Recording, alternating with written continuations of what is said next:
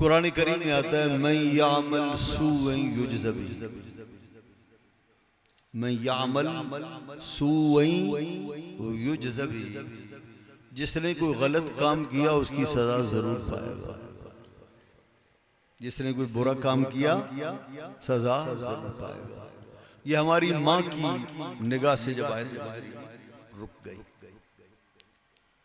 तो फरमाया है अल्लाह की रहमत इतनी बड़ी, और वो फरमा रहा है जिसने कोई छोटा मोटा गुनाह भी किया, जुर्म किया, सजा के बगैर यूं नहीं जाएगा।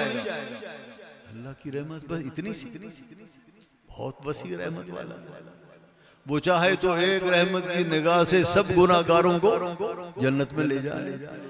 और वो फरमाते हैं मैं यामल सूए युजज़ा बिही, खुदा भी रहीम, उसके महबूब भी रहीम।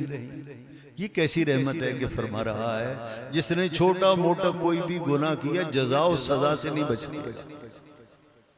हजरत आयशा उम्मुल मोमिनीन नबी पाक से बताइए, हजरत आयशा अरबी है या नहीं?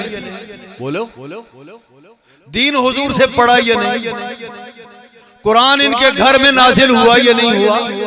लेकिन इसके बावजूद कुरान करीम की बात शूट जगहों पर अटक जाती, और जब तक कि हुजूर से न पूछती दिल को तसल्ली न होती। सुभान अल्लाह। तो हजरत आयशा ने ये बात हुजूर के सामने रखी, या रसूलल्लाह ये काम कैसे चलेगा? अल्लाह की इतनी वसी रहमत है, वसिअत रहमती कुल्ल शै, मेरी रहमत हर चीज को अपने घेरे में लिए हुए हैं। और वो फरमाते हैं छोटे गुनाह पड़े, तो हुजूर ने क्या फरमाया? आयशा इस अजाब व जजा से मुराद आखिरत की सजा नहीं है, आखिरत का बदला नहीं। अल्लाह रब्बुल इज्जत ये फरमाता है मेरे जिस बंदे से गलती हो जाए ना, तो मैं दुनिया में उसका मामला बेहिसाब कर देता हूँ। गलती हो गई, छोटा मोटा गुनाह हो गया, ठोकर लगी गिर गया, नज़ला हो गया, जुकाम हो गया, दर्द सर हो गया, बुखार हो गया, कोई चीज गुम हो गई, परेशान हो गया, बस इन परेशानियों से गुनाहों को धो डाला। सुभान अल्लाह, सुभान अल्लाह। इस सजा से मुराद आखिरत की सजा नहीं, ये दुनिया के छोटे मोटे गम हैं, अल्लाह ताला इनसे दो चार करके गुनाहों की सजा दुनिया में दे देता है, फिर बंदे को क़यामत के दिन बुलाता है तो गुनाहों से पाक उठाता है।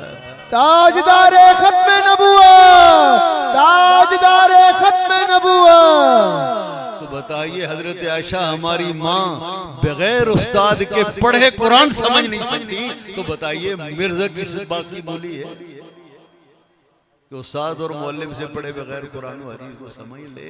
ये चंद मिसालें मैंने नौजवानों आपको समझाने के लिए दी हैं। अल्हम्दुलिल्लाह दीन के इल्म और दीन के शोबे के मामले में इन उलमा से बेहतर कोई ऐसा शख्स नहीं जो दीन की तशरीह बेहतर से बेहतर कर सके। इसलिए गुमराही से बचने का सिर्फ एक जरिया है, मदारिस से जुड़े रहो, मस्जिदों में आते रहो, उलमा का खिताब सुनते रहो, उलमा से लिंक में रहो, कहीं भी ठोकर लगे उलमा के पास आ जाओ, इंशाअल्लाह फिर आपको ठोकर नहीं लगेगी।